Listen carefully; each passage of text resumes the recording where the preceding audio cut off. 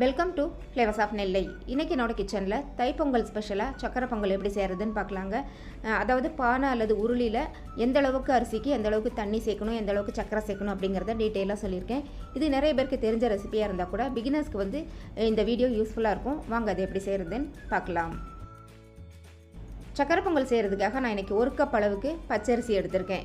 நான் இன்றைக்கி கப் அளவில் தான் சொல்லித்தர போகிறேன். பிகினர்ஸ்க்கு வந்து ஈஸியாக புரியும் அப்படிங்கிறதுக்காக கப் அளவில் எடுத்திருக்கேன். இதுவே நீங்கள் நாளியில் எடுக்கிறதா இருந்தாலும் இதே மாதிரி தான் எடுத்துக்கணும். இப்போ இந்த அரிசியை ஒரு தடவை தண்ணி விட்டு நம்ம கழுவி எடுத்துக்கலாம். இதில் தூசியெல்லாம் இருக்கும், அதனால் ஃபஸ்ட் டைம் தண்ணியில் விட்டு அலசுறதை வந்து தூர கொட்டிடலாம். அடுத்தடுத்து நம்ம கழுவுற தண்ணியை வந்து வேஸ்ட்டு பண்ணாமல் அதை வந்து இந்த பானையிலையோ அல்லது உருளிலேயோ சேர்த்துக்கலாங்க. இந்த அரிசி கழுவும் போது பால் மாதிரி வரும், அதை வந்து நம்ம வேஸ்ட்டு பண்ணக்கூடாது. அதில் தான் நம்ம பொங்கல் செய்ய போகிறோம். இப்போது அரிசியை நல்லா கழுவிட்டு அதை வந்து உருளியில் சேர்த்துக்கலாம்.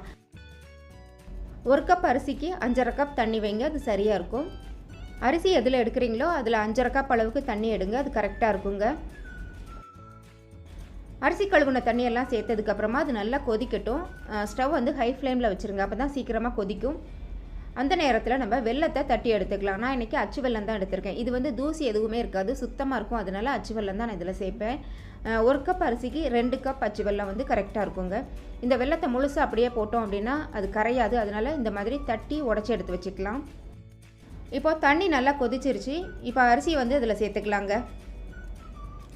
பிகினர்ஸாக இருந்தீங்க அப்படின்னா கரண்டி வச்சு அரிசியை சேர்த்துக்கோங்க, கையால் போடும்போது மேலே தெரிக்கலாம். அரிசியெல்லாம் சேர்த்துட்டு ஒரு தடவை நல்லா கலந்து விட்டுருங்க. இப்போ ஸ்டவ்வை வந்து குறைச்சி வச்சுருங்க. அரிசி போட்டதுக்கப்புறமா ஹை ஃப்ளேமில் வைக்கக்கூடாது, அடி பிடிச்சிரும். உருளியும் வந்து ரொம்ப சூடாக இருக்கும், உருளி பானைலாம் ரொம்ப சூடாக இருக்கும். அதனால் கொஞ்சம் ஃப்ளேமை குறைச்சி வச்சுருங்க. குறைச்சி வச்சிட்டிங்கன்னா கரெக்டாக ஒரு அரை மணி நேரத்தில் நல்ல அரிசியெல்லாம் வெந்து கரெக்டாக வந்துடுங்க. இப்போ அரிசி வெந்துட்டான்னு பார்க்கலாம். வேகலை, கொஞ்சம் வேகணும். மறுபடியும் நம்ம மூடி போட்டு வச்சிடலாம். மூடும்போது ஃபுல்லாக மூடாதீங்க, பாதி இடைவெளி விட்டு மூடிக்கோங்க, அப்போ தான் பொங்கி சிந்தாமல் இருக்கும். மீடியம் ஃப்ளேமில் வச்சிங்கன்னா 30லேருந்து 35 நிமிஷத்துலேயே அரிசி நல்லா வெந்துருங்க. இதுவே அரிசி நிறைய சேர்த்திங்கன்னா அது வேகிறதுக்கு கொஞ்சம் அதிக டைம் எடுக்குங்க. இப்போது சாதம் வெந்துருச்சான்னு பார்க்கலாங்க. நல்லா வெந்துருச்சு. ஒரு தடவை நல்லா கலந்து விட்டுருங்க. கலந்து விட்டுட்டு அதுக்கப்புறமா இதில் நம்ம உடச்சி வச்சுருக்கிற வெல்லத்தை சேர்த்துக்கலாம். அரிசி வேகிறதுக்கு முன்னாடி வெல்லம் சேர்த்துறாதீங்க, ஏன்னா வெல்லம் சேர்த்ததுக்கப்புறம் அரிசி வந்து வேகாது. இது ரொம்ப ரொம்ப முக்கியமான டிப். இப்போ நல்லா கலந்து விட்டதுக்கப்புறமா நான் இதில் வெல்லத்தை சேர்த்துக்கிறேன். சேர்த்துட்டு நல்லா கலந்து விட்டுருங்க. வெல்லம் வந்து உடச்சிட்டு சேர்த்துருக்கிறதுனால ஈஸியாக சீக்கிரமே அது கரைஞ்சிருங்க. கலந்து விட்டுட்டு ஒரு 2 நிமிஷம் மூடி போட்டு வச்சுட்டிங்கன்னா அது நல்லா கரைஞ்சிரும். அதுக்கப்புறமா நம்ம மறுபடியும் கலந்து விட்டுக்கலாம். இப்போ 2 நிமிஷம் ஆயிடுச்சுங்க. சர்க்கரையெல்லாம் அந்த சாதத்தோடு நல்லா கலந்துருச்சு. இப்போ நல்லா ஒன்று சேர்ந்து வந்துருச்சு பாருங்கள். இப்போது வாசனைக்காக கொஞ்சமாக ஏலக்காய் தூள் சேர்த்துக்கலாம்.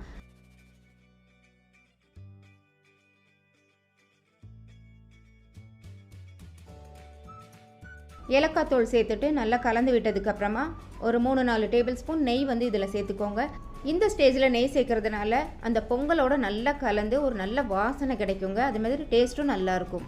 நம்ம லாஸ்ட்டாகவும் கொஞ்சம் நெய் சேர்க்கணும். இப்போ இந்த ஸ்டேஜில் நீங்கள் கொஞ்சம் நெய் சேர்த்துட்டிங்கன்னா அந்த பொங்கலோட நல்லா அது மிக்ஸ் ஆயிரும். சக்கரை பொங்கல் ரெடி ஆயிடுச்சுங்க. கடைசியாக இந்த பொங்கலுக்கு ஒரு தாளிப்பு கொடுத்துடலாம். ஒரு சின்ன கடாயில் 50 கிராம் நெய் சேர்த்துருக்கேன். நெய் நல்லா உருகுனதும் அதில் கொஞ்சமாக முந்திரி பருப்பு நான் இதில் சேர்த்துக்கிறேன். நான் வெறுமனே முந்திரி பருப்பு மட்டும்தான் தாளித்து கொட்டுவேன். முந்திரி பருப்பு சேர்த்துட்டு அது நல்லா பொன்னிறமாக வந்ததும் இந்த பொங்கலில் சேர்த்துட்டு நல்லா கலந்து விட்டுட்டோம் அப்படின்னா நெய் சொட்ட சொட்ட மணக்க சக்கரை பொங்கல் ரெடி ஆயிடுச்சுங்க.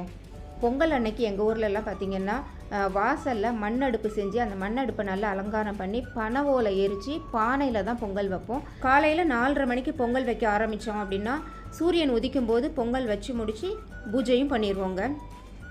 சென்னையில் அந்த மாதிரி செய்ய முடியாது அப்படிங்கிறதுனால பனை ஓலெல்லாம் கிடைக்காது, வாசல்லையும் செய்ய முடியாதுங்கிறதுனால கேஸ் அடுப்பில் நாங்கள் பானையில் வச்சு அந்த பாரம்பரியம் மாறாமல் கொஞ்சம் செஞ்சிகிட்ருக்கோம்.